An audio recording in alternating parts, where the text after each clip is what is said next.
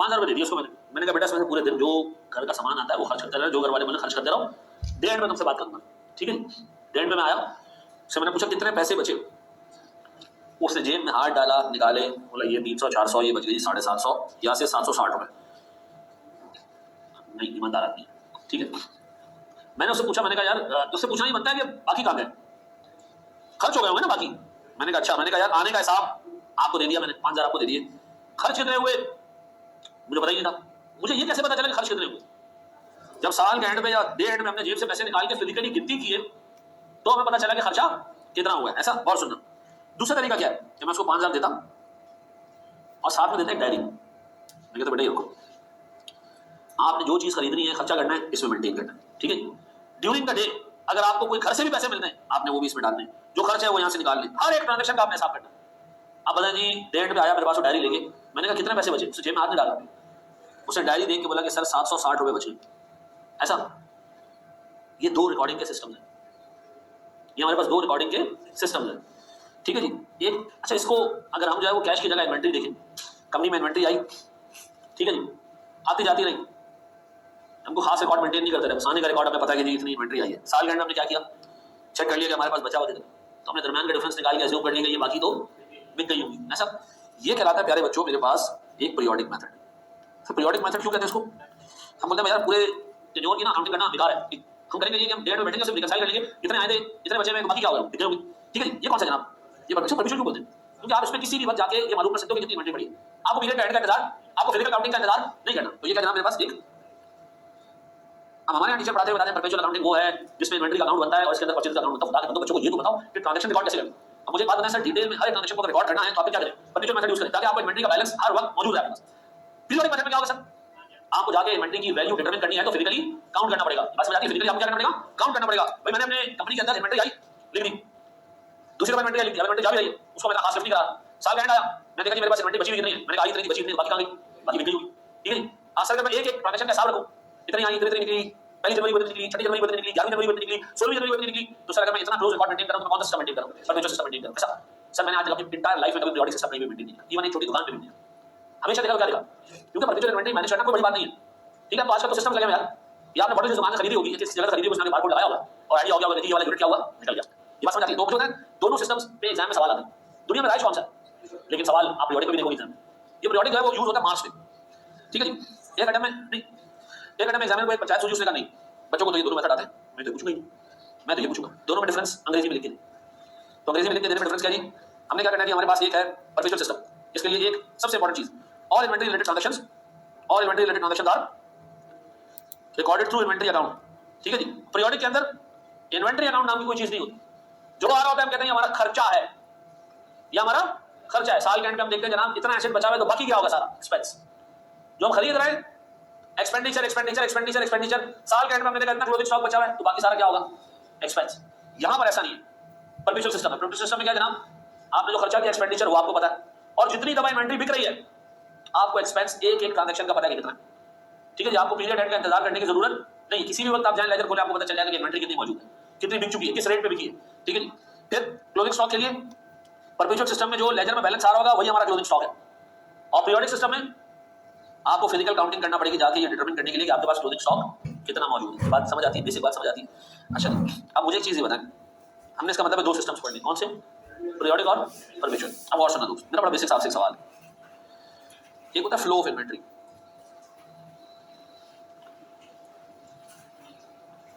Flow of inventory क्या भैया, जो चीज पहले आई है क्या वो पहले जाएगी भी, इस पर क्या पढ़ना सर, जो चीज आ रही है ना मेरे पास मैं उसको रिकॉर्ड कर रहा हूं, ठीक है जी। मेरे पास मिसाल के तौर पर 100 यूनिट आए 50 वाले, 100 यूनिट आए 52 वाले, और सर मेरे पास 100 यूनिट आए 54 वाले।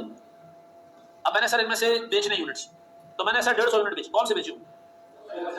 अगर आप ये अज्यूम कर रहे हो कि जो पहले आया पहले जाएगा तो इसका मतलब है मेरे पास flow of inventory FIFO basis पे। अगर आप ये सोच रहे हो कि भाई ये कौन अंदाजा लगाएगा कि पहले कौन सा गया, मैं तो चारों में सबको मिला दूं और मैं ट्रीट करूं इन्वेंट्री को एज अ सिंगल क्लास, तो इसका मतलब है मैं फीफो में नहीं जा रहा। फिर मैं कहूंगा कि भाई जो इन्वेंट्री गई है वो ऑन एवरेज इतने रुपए की आई है, तो सर मैं क्या यूज कर रहा हूँ, वेटेड एवरेज। अब मुझे एक बात बताएं सर, मेरे पास अकाउंटिंग के 2 सिस्टम्स हैं, परपेचुअल और पीरियोडिक, और मेरे पास इन्वेंट्री फ्लो की 2 असम्पशंस हैं, फीफो और। अब आपसे एग्जामिनर पूछेगा कि कंपनी पीरियोडिक मेथड यूज कर रही है with FIFO assumption periodic method use कर रही है विद वेटेड एवरेज असम्पशन, या परपेचुअल सिस्टम यूज कर रही है विद फीफो असम्पशन, या परपेचुअल सिस्टम यूज कर रही है विद। अब मुझे बताएं ये नीचे दो असम्पशन है कि जो पहले आया पहले जाएगा, या हमारे पास सारा यूनिट एक ही जैसा है, हम तमीज नहीं करते कि पहले आया कौन सा था बाद में कौन सा आया था। ये मेरे पास फ्लो ऑफ इन्वेंटरी का असम्पशन है। ऊपर क्या मेरे पास दो सिस्टम है, ठीक है, दो मेथड्स हैं। अब आपने ये चार तरीके सीखने हैं इन्वेंटरी को रिकॉर्ड करने। कौन से दो मेथड्स हैं? परपेचुअल और पीरियोडिक। और हर मेथड में आपने क्या करना है? दो असम्पशंस लेनी, ठीक है जी। तो इफेक्टिवली चार तरीके हो गए आपको इन्वेंटरी। ये चार तरीके हम सीखेंगे, हमारा चैप्टर 60-70% खत्म हो जाएगा। फिर हमने सिर्फ एनआरवी की कैलकुलेशन सीखनी, ठीक है। ये कॉपी करना तो कर लें यार काम। अच्छा, लीफो आया था लास्ट टाइम? नहीं, बिल्कुल नहीं आया था। लीफो नहीं आया था। उसने कहा जनाब एक कंपनी ने फीफो की जगह गलती से लीफो अप्लाई कर दिया, आप इसको सही कर लें। दो ट्रांजेक्शन उसके, दो ट्रांजेक्शन में फीफो और लीफो आया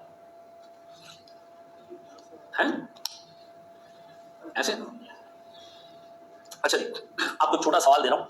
मुझे सवाल देने से पहले बताएं इन्वेंटरी में ट्रांजैक्शंस क्या क्या हो सकती है? एक तो इन्वेंटरी परचेज हो सकती है, अच्छा, और परचेज रिटर्न भी हो सकती है, अच्छा, और जी सेल हो सकती है सर इन्वेंटरी, और सेल रिटर्न भी हो सकती है, ऐसा। लॉस्ट चोरी हो सकता है सर इन्वेंटरी, और क्या होता है? डैमेज हो सकती है, और क्या क्या बोल रहा है बच्चा, क्या क्या कह रहा है? इन्वेंटरी क्या हो सकती है? चोरी हो सकती है, तो ये लॉस में आ गया। और ड्राइंग के अलावा sir transfer to other assets और डोनेशन दे सकते हैं। वेरी गुड सर, डोनेशन और सैंपल के तौर पे दिए जा सकते हैं, गिवन एज सैंपल, ऐसा। और तो सुनना, ऐसा सुनो सुनो सुनो सुनो सुनो सुनो मेरे प्यारे बच्चों, ये जितनी भी चीजें हैं, ये जितनी भी चीजें हैं अदर देन सेल्स, सेल्स भी आउट है और ये बाकी चीजें भी आउट हो रही है। इन्वेंटरी, बाकी चीजें भी क्या, इन्वेंटरी आउट हो रही है, निकल रही है। सेल्स भी जो है वो क्या जनाब, इन्वेंटरी आउट हो रही है। इसका ट्रीटमेंट और इसका ट्रीटमेंट अलग होगा, लेकिन इसके अंदर जितनी चीजें उन सबका ट्रीटमेंट क्या होगा? सेम, ठीक है। उन सबका ट्रीटमेंट क्या होगा? ये बहुत शुरू में बता रहा हूं। काउंटिंग ट्रीटमेंट, लॉस है, डैमेज है, अदर एसेट में चीज चली गई, डोनेशन हो गई, सैंपल के तौर पे दे दिए, इनकी अकाउंटिंग ट्रीटमेंट एक ही तरह से होगी। Sales less returns, net sales, इसकी अकाउंटिंग ट्रीटमेंट थोड़ी सी डिफरेंट होगी। ये बात समझ आती है सर? अभी मैंने अकाउंटिंग ट्रीटमेंट बताई नहीं है। आइंदा के बाद जब मैं कह रहा हूं डैमेज हुआ है, टूट गया, स्टॉक खराब हो गया, फेंक दिया हमने, आपको अगर इसका ट्रीटमेंट क्या, मैं कहूंगा वही जो ड्राइंग वाला था और वही जो सैंपल पे जो हमने दिया वो वाला ट्रीटमेंट था, सेम ट्रीटमेंट। सेल का ट्रीटमेंट अलग और इन सारी ट्रांजैक्शंस का ट्रीटमेंट अलग। ट्रीटमेंट इनका मैं एक ही दफा समझाऊंगा और फिर आपने उसी पैटर्न में सारों को लेके चलना है। इसका ट्रीटमेंट एक दफा समझाऊंगा, ठीक है जी, पक्का। अब पहला मैं सवाल पिक कर रहा हूं ऐसा चारों मेथड से करने के लिए जिसमें सिर्फ सेल और परचेज होगी। दूसरा सवाल कराऊंगा उसमें ये सारी ट्रांजैक्शन मौजूद, ठीक है जी। बड़े एक से आगे ये कॉपी करने को पहले था। देखो मेरे प्यारे बच्चों, ये सवाल जो आप पहला देख रहे हो ना, ये इसमें कॉन्सेप्ट्स डेवलप करने, और फिर आपने दूसरा सवाल जो देखना है ना, इसमें सिर्फ आपको देखना सेल परचेज नजर आ रहा है। इसके बाद जो अगला सवाल आपने देखना है ना, उसमें सेल परचेज के साथ क्या होगा? कुछ भी आ जाए, ट्रीटमेंट तो एक ही है। ड्राइंग आ गया, डोनेशन आ गया, सैंपल के तौर पे आगे चीजें, तो आपको एक की भी ट्रीटमेंट पता होगी तो बाकी आप खुद कर लोगे ना। अब मुझे ये बताएं जनाब, ये कह रहा है following transactions took place in the month of March 2022, ठीक है सर। ओपनिंग इन्वेंटरी मेरे पास पड़ी है 400 यूनिट, और ये मैंने कितने की किसी जमाने में खरीदी थी? 80 रुपए पर यूनिट के हिसाब से। फिर मैंने परचेज किए, सेल किए, परचेज किए, फिर 2 दफा सेल किया, फिर परचेज किए, पूरे साल पूरे महीने में ट्रांजैक्शन होती रही। फिर वो कह रहा है calculate closing stock and cost of goods sold, दो ही चीजें मांग रहा हूं using FIFO method, perpetual scheme, ठीक है जी। ये फीफो असम्पशन होना चाहिए, weighted average assumption using perpetual. अच्छा, मेरे पास चार चीजें सर, मैं सबसे पहले काम कर रहा हूं पीरियोडिक पिक कर रहा हूं। कौन सा मेथड? Periodic method sir. और सुनो मेरे प्यारे बच्चों, पीरियोडिक मेथड के अंदर सर जब इन्वेंटरी आती है ना, हम उसकी रिकॉर्डिंग करते हैं, ठीक है जी। हम उसकी रिकॉर्डिंग करते हैं। एक लेजर हमने बनाया होता है, purchase debit cash credit, purchase debit cash credit. कोई मुनज़्ज़म लेजर नहीं होता, बस ट्रांजैक्शन जो हो रही है वो रिकॉर्ड हो रही होती है, और जो बिक रही होती है वो कैश डेबिट सेल्स क्रेडिट। और भाई कितने का था वो हम नहीं देखते। इन्वेंटरी आती है, एंट्री क्या पास करते हैं? परचेज डेबिट कैश क्रेडिट, और बिकती है तो कैश डेबिट सेल्स क्रेडिट। भाई इन्वेंटरी जो बेची गई है वो कितने की है, कोई लिहाज बराबर नहीं, बस एक एंट्री। खरीदा तो परचेज डेबिट कैश क्रेडिट, और बेचा तो कैश डेबिट सेल्स क्रेडिट। ये चले जा। साल का एंड आता है, महीने का एंड आता है, जब हमने रिपोर्टिंग करनी होती है, फिर बैठते हैं और फिर अकाउंटिंग करते हैं। हम महीने के एंड पे अकाउंटिंग कर रहे हैं, कौन सा मेथड हम यूज कर रहे हैं? Periodic method. हमने कहा जी पीरियोडिक मेथड में हमने कैलकुलेट करनी है क्या चीज? Cost of goods sold. और क्या कैलकुलेट करना है? Closing stock. और हम इसके लिए असम्पशन यूज कर रहे हैं किसकी? फीफो की। और सुनना मेरे प्यारे बच्चों, अब एक लिस्ट बना लो। भैया तुम्हारे पास ओपनिंग यूनिट कितने थे? रेट क्या था बेटा इसका? 80 रुपए पर यूनिट। आई 80, मुझे बताएं 80 को अगर मल्टीप्लाई करूं 400 से तो मेरे पास अमाउंट कितना आएगा? 32,000। इसका मतलब इतनी इन्वेंटरी मेरे पास पड़ी हुई थी, ऐसे ही। फिर आप बताओ आपने परचेज कितना किया? 1 2 3, इररिस्पेक्टिव ऑफ द डेट। आपने परचेज कितना किया है एक एक करके बताना। सबसे पहले वाला 3 जून 1200, सर मेरे पास 1200 3 जून को। फिर जनाब रेट कितना सर 88। फिर मेरे पास 3 के बाद सर 3 के बाद अगला सर 13 जनवरी 800, कितने किस रेट का 94।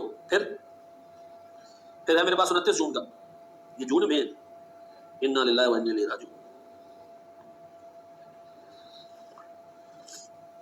29 जून कितने 360, 124 रुपए का रेट है ऐसा। अच्छा इसको 104 कर दो, बहुत आगे बढ़ गई। अब बताओ मेरे प्यारे बच्चों मेरे पास कितना रुपए आ रहे हैं ना एक एक करके बताओ कितना 1,05,600। फिर और कितना बेटा 35,000। अच्छा अब सुनो ये मेरे पास मौजूद है। अच्छा फिर मेरे पास इन्वेंटरी बिकी है, बिकी कितनी है जनाब सर मेरे पास 700 यूनिट एक बिका, फिर 900 और 400 एक बिके, पक्का 700 900 और 400। बचा हुआ कितना है सर? अगर मैं आपसे कहूं भैया मेरे पास टोटल स्टॉक कितना हो गई, टोटल कितना हो गई 12 8 360 और 400 कितने कितना 2760 2760। हेलो अच्छा जी अब बताया मेरे पास सेल्स कितनी है आपने भी गिनी 700 900 और 400 कितने मिला के 700 900 और 400 2000। अब बताया मेरे पास क्लोजिंग स्टॉक कितना यूनिट बचा हुआ है। ये सारा काम मैं कब कर रहा हूं साल के एंड में को मैंने तमीज रखी है इसके अंदर के पहले सेल हुई फिर परचेज हुई फिर सेल हुई फिर परचेज नहीं। मैंने कहा जी मेरे पास ओपनिंग कितने पड़े थे और मैंने मुख्तलिफ औकात पे ये परचेजेस किए और फिर मैंने 2000 यूनिट मुख्तलिफ औकात में बेचे, मेरे पास कितना बच गया 700। अब मुझे एक बात बताएं फीफो बेसिस के ऊपर, फीफो का मतलब है जो पहले आएगा, तो ये क्लोजिंग स्टॉक बचा है ये लेटेस्ट परचेज में से होगा या सबसे पुरानी में से लेटेस्ट में से होगा क्योंकि बचा ही एंड वाले परचेज वाला होगा। तो मुझे बताएं अगर ये 760 लेटेस्ट परचेज में से बचा है तो ये किस ब्लॉक में से आ रहा है, ये इस ब्लॉक में से आ रहा है और ये इस ब्लॉक में से आ रहा है ऐसा। तो 760 का मतलब ये है और सुनना कि मेरे पास 360 यूनिट 104 वाले और मेरे पास बाकी कितने रह गए 494 वाले, कितना आता सर ये कितना 75,040। ये हो गया मेरा क्लोजिंग स्टॉक, ये क्लोजिंग स्टॉक हो गया। क्या आप कॉस्ट ऑफ गुड्स सोल्ड मालूम कर सकते हैं इसमें से? करना नहीं चाहिए लेकिन आप करना चाहो तो। कितने यूनिट आपने बेचे 2000, तो 2000 बेचे कैसे होंगे? सबसे पहले पुराने वाले बेचे होंगे। सबसे पहले आपने कौन सा बेचा होगा? आपने ये बेचा होगा, फिर आपने ये बेचा होगा। अब भी 400 बच गया वो आपने इसमें से निकाले होंगे। तो अगर कोई पूछेगा जी क्लोजिंग स्टॉक कितना है तो क्लोजिंग स्टॉक आपने निकाल के दे दिया नीचे से गिनती करके, और अगर आपको कहा जाए कि जी कॉस्ट ऑफ गुड्स सोल्ड निकाल के दे दो तो ऊपर से गिनती करके निकाल दो। कितना जी सर 400 है मेरे पास, कितने वाला 80 वाला, 1200 है मेरे पास कितने वाला मैंने जो बेचा 88 वाला, और मेरे पास सर 400 मैंने बेचे 90।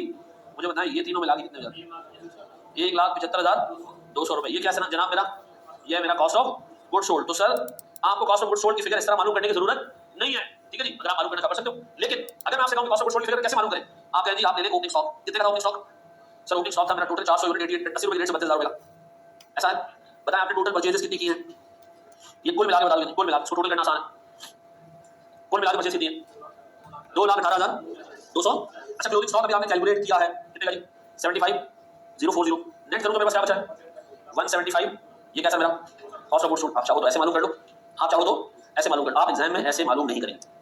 आप एग्जाम में सबसे पहले क्या करेंगे, अगर फीफो आया पीरियोडिक में तो आप सिंपली लेटेस्ट परचेज से क्लोजिंग स्टॉक निकालें, ठीक है। ओपनिंग आपको पता है सारी परचेज ऐड कर दो भी आ जाएगा और क्लोजिंग मालूम करके माइनस कर देना, ये क्या बचेगा कॉस्ट ऑफ गुड्स सोल्ड। पक्का ये बात समझ लोगे? इतना आसान सवाल पेपर में नहीं आता। अभी हम इसमें गलत डालेंगे लेकिन आपको आइडिया हो गया कि आपको फीफो में मालूम क्या करना है, पीरियोडिक फीफो सिर्फ क्लोजिंग स्टॉक मालूम करनी, बाकी सारा क्या है, बाकी आपका सारा कॉस्ट ऑफ गुड्स सोल्ड काम हो जाएगा। पक्का सही कॉपी करें शाबाश पहला मैं।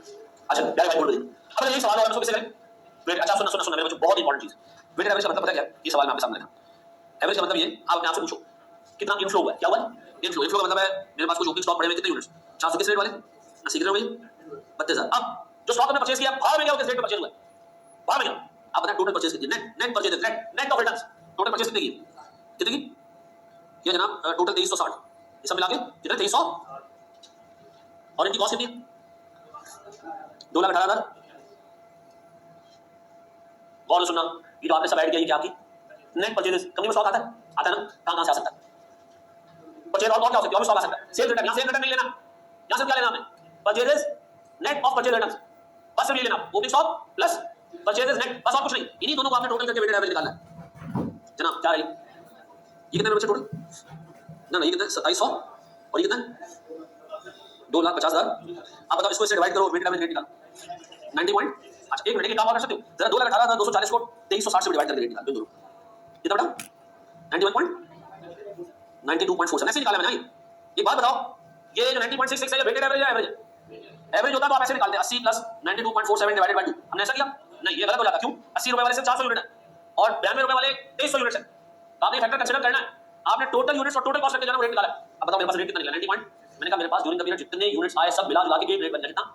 अब जितने यूनिट निकले क्या बचे में वही रेट रिकॉर्ड निकले कितने 2000 यूनिट्स। तो कॉस्ट ऑफ गुड्स सोल्ड निकालने के लिए क्या करेंगे 2000 को मल्टीप्लाई करेंगे 90.66। अच्छा और क्लोजिंग स्टॉक के लिए सेम 2000 यूनिट को मल्टीप्लाई करेंगे किससे 90 पॉइंट नहीं 2000 नहीं हमारे पास कितना क्लोजिंग स्टॉक 700 कितना आ रहा है बेटे 1 और ये मेरे बच्चों कितना 68,902 ऐसा ये निकल गया आपका क्लोजिंग स्टॉक। ऐसा अब मेरे बच्चों मुझे एक बात बताओ, ये दोनों ऐड करके ये बन रहा है 250240 तो थोड़ा बहुत ज्यादा आ रहा होगा राउंडिंग ऑफ की वजह से। अब एक बात बताओ आपने वेटेड एवरेज रेट कैसे निकाला है, ओपनिंग लेना नेट परचेजेस लेनी है और आपने वेटेड एवरेज रेट निकालना, ठीक है। और फिर आपने क्या करना है जो बिक चुके हैं उसको आपने रेट से मल्टीप्लाई करना है और जो बाकी है उसको इस रेट से मल्टीप्लाई करना है। ऐसा ये बात देखने में बैठी है। ये हमारे पास क्या है ना पीरियोडिक वेटेड एवरेज ऊपर वाला क्या है पीरियोडिक फीफो पक्का जी जी मेरे प्यारे बच्चे।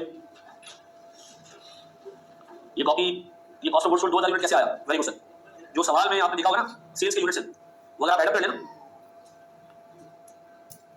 1 2 और 3 ऐड कर लो तो 2000 यूनिट। अब उसको कॉपी करना पड़ेगा, ये लो उतर थले उतर ये कर चुका वेट वाला रिपीट कर दे 80 रुपए का कुछ यूनिट 80 रुपए का कुछ 92 पॉइंट समथिंग है। क्या आपने 80 और 92 को ऐड करके 2 से डिवाइड करके रेट निकाला नहीं, आपने कहा 80 का वेट है 400 और 92 का वेट है 360 फिर आपने सर निकाली टोटल कॉस्ट, ठीक है जो उसको टोटल नंबर यूनिट से डिवाइड किया।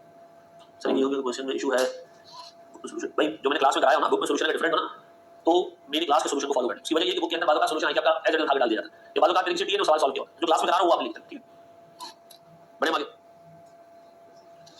बढ़िया। अच्छा कल मैं क्लास रखूंगा तकरीबन कोई 2.5 घंटे की, ठीक है क्योंकि मैंने कल ये जो पीरियोडिक परपेचुअल और पीरियोडिक है ना ये खत्म कराना, ठीक है तो कल मैं थोड़ी लंबी क्लास रखूंगा और कल की क्लास में एक्सेल करेंगे, ठीक है ताकि वेटेड एवरेज रेट निकालने पर राउंडिंग ऑफ का मसला नहीं है, ठीक है। बाद में बच्चे जाते हैं घर पे फिर वहां शो डाल रहे होते हैं कि ये गलत आ रहा है वो गलत आ रहा है। बढ़िया आगे अब मेरे प्यारे बच्चों मुझे एक चीज बताओ ये पीरियोडिक समझ आ गया। अच्छा मैं आपको अपनी दिल की तसल्ली के लिए सवाल के बीच में एक सवाल दे रहा हूं।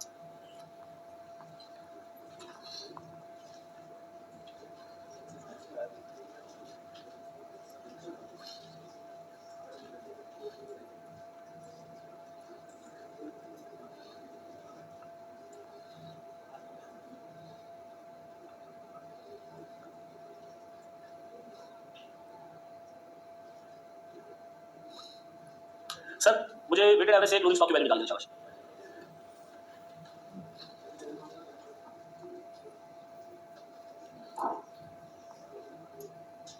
शाबाश सर बोल लीजिएगा दोस्त।